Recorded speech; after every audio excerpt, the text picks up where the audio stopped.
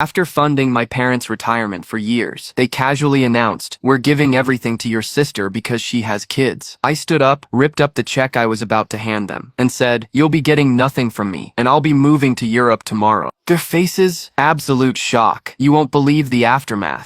If someone had told me years ago that I'd walk away from my own family, leave my parents to struggle, and move to another country without looking back, I wouldn't have believed them. I wasn't that kind of person. I was the dutiful son, the one who always showed up. I was the one who covered the bills when my dad's pension wasn't enough, the one who made sure my mother could keep up her lifestyle without worrying about finances. I had never once hesitated to pull out my wallet when they needed help, and I never questioned it. That's just what family did, right? But that night at the restaurant changed everything. It was a Friday evening in Manhattan, one of those sticky summer nights when the heat still lingers in the air, long after the sun has set. I had made a reservation at an upscale Italian place in Midtown. The kind my mom liked. Dim lighting, white tablecloths, a menu where the pasta dishes started at $35. I had been running late from work, stuck on a call with a client who couldn't seem to make a decision. By the time I arrived, my parents were already seated at the table, my mom scrolling through her phone, while my dad sipped at a whiskey on the rocks. They barely looked up when I sat down. This was our routine. Every month we had dinner together. Every month I picked up the check. Every month my parents made little comments about how lucky I was to be doing so well. And every month, I ignored the way those comments made my stomach twist. The conversation that night was the same as always. My mom talking about her yoga class. My dad complaining about property taxes. The occasional mention of my sister, Charlotte, and her kids. Charlotte was the golden child, even though she had never lifted a finger to help them. She had married well, settled into a life of PTA meetings and country club brunches, and somehow that made her more worthy in their eyes. I should have seen it coming. I should have noticed the way my mother kept glancing at my father, like she was waiting for the right moment.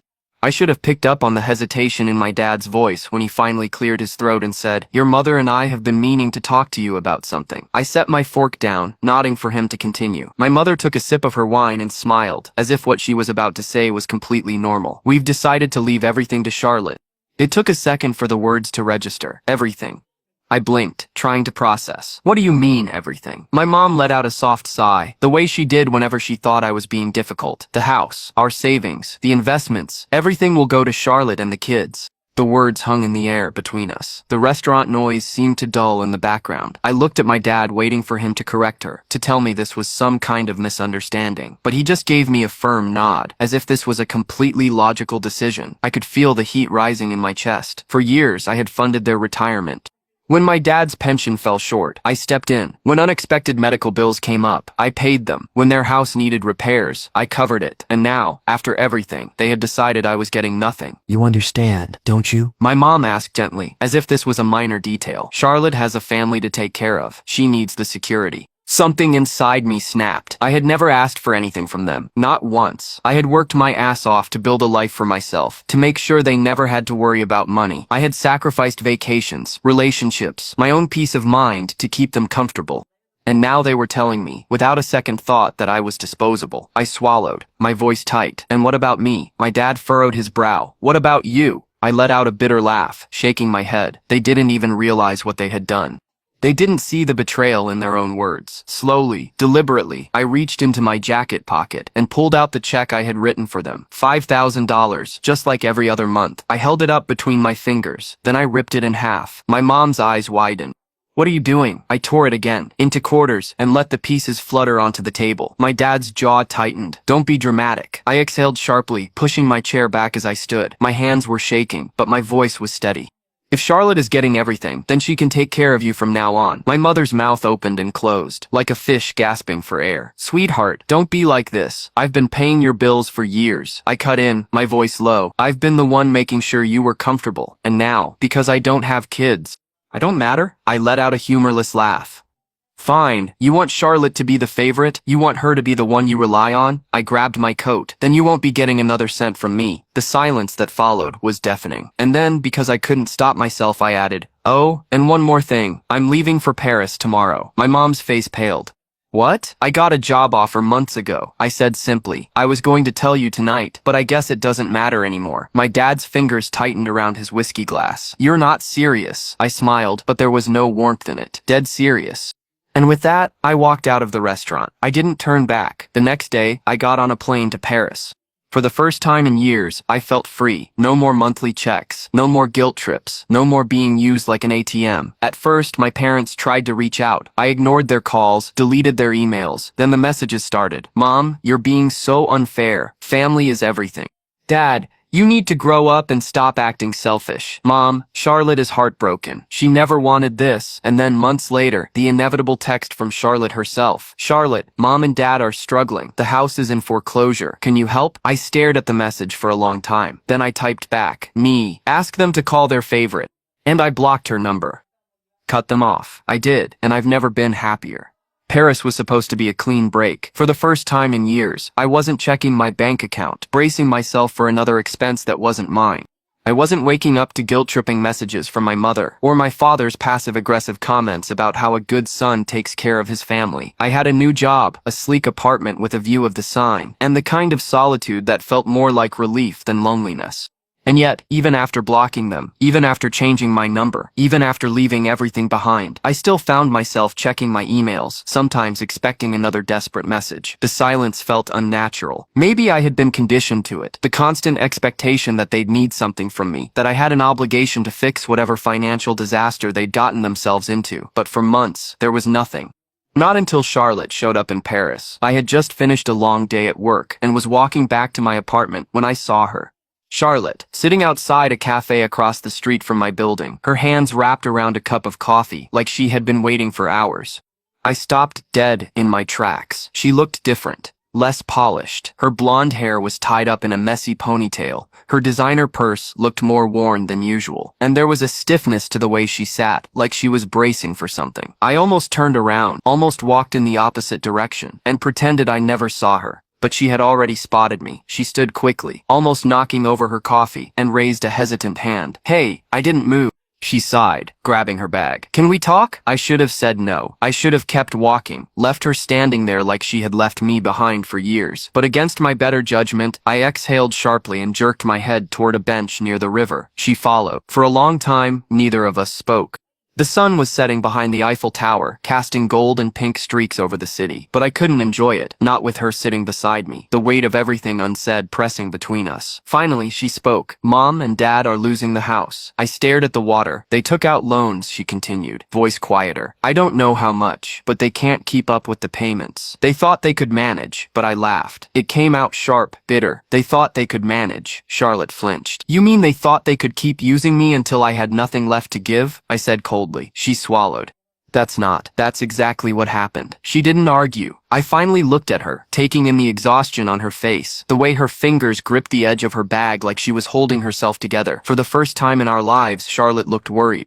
Why are you here? I asked flatly. She hesitated, then exhaled, because they won't ask you for help themselves. I scoffed. Oh, how considerate. Charlotte rubbed her forehead. Look, I know they were wrong. I know they were unfair to you, but they're still our parents. I stayed silent. She shifted uncomfortably. They don't have anywhere else to go.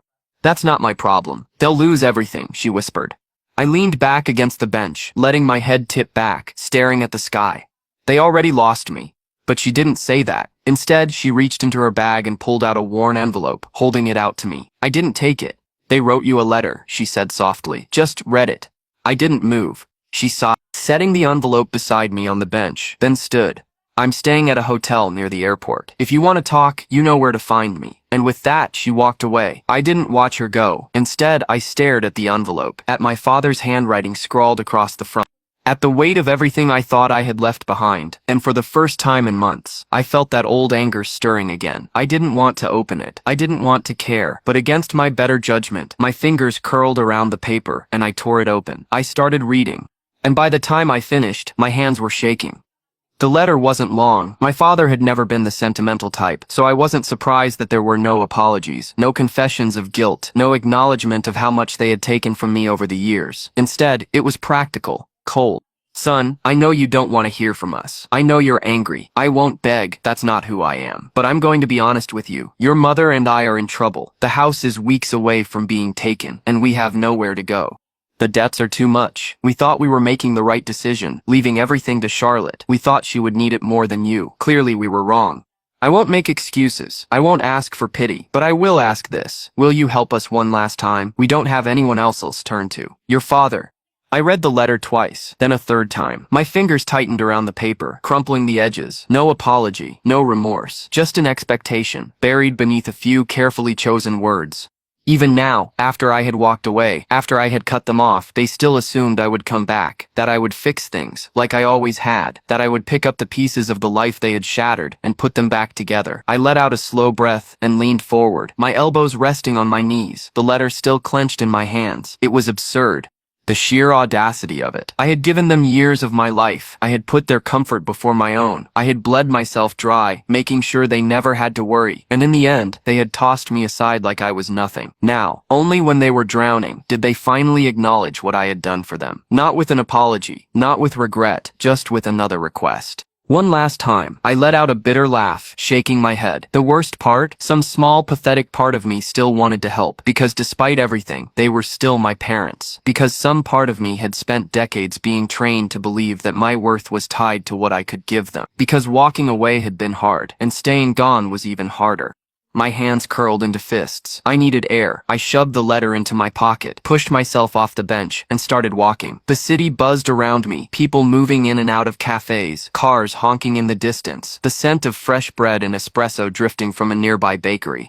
I barely noticed any of it. My mind was stuck in the past. I was 8 years old, the first time I realized my parents treated Charlotte differently. It was Christmas morning. I had spent weeks saving my allowance to buy my mom a silver necklace from the local department store. I had seen her admire one just like it months before, and I wanted desperately to make her happy.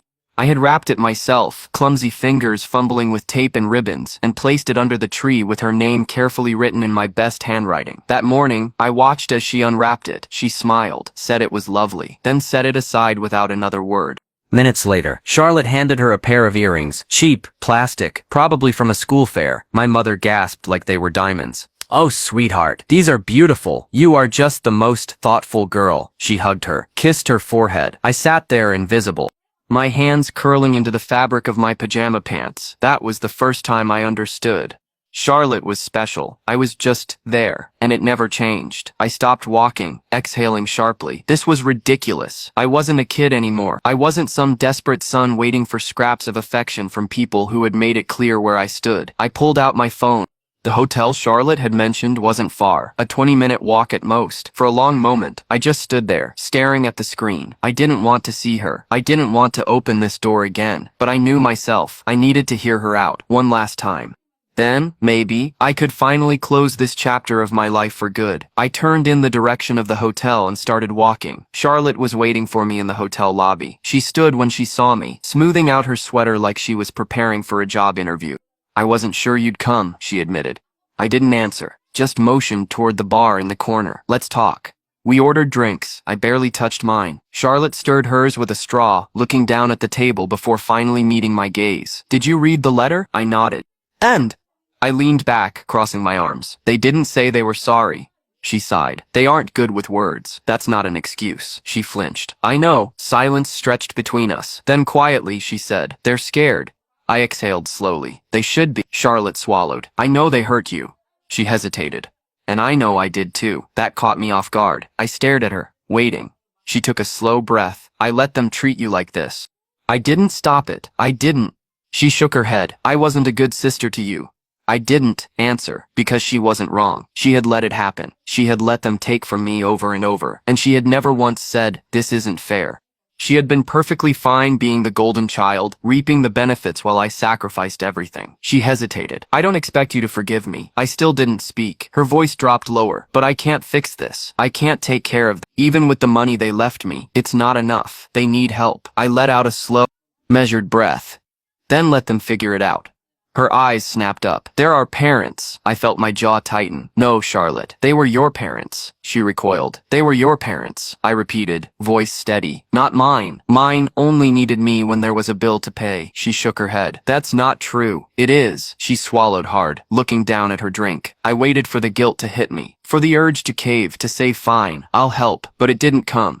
For the first time in my life, I felt nothing for them. They had made their choice, and so had I. Charlotte exhaled shakily. Is there anything I can say to change your mind? I thought about it, and then, quietly, I shook my head. No. She closed her eyes, nodding once, and for the first time, I saw real regret on her face. But it was too late. Charlotte didn't argue after that.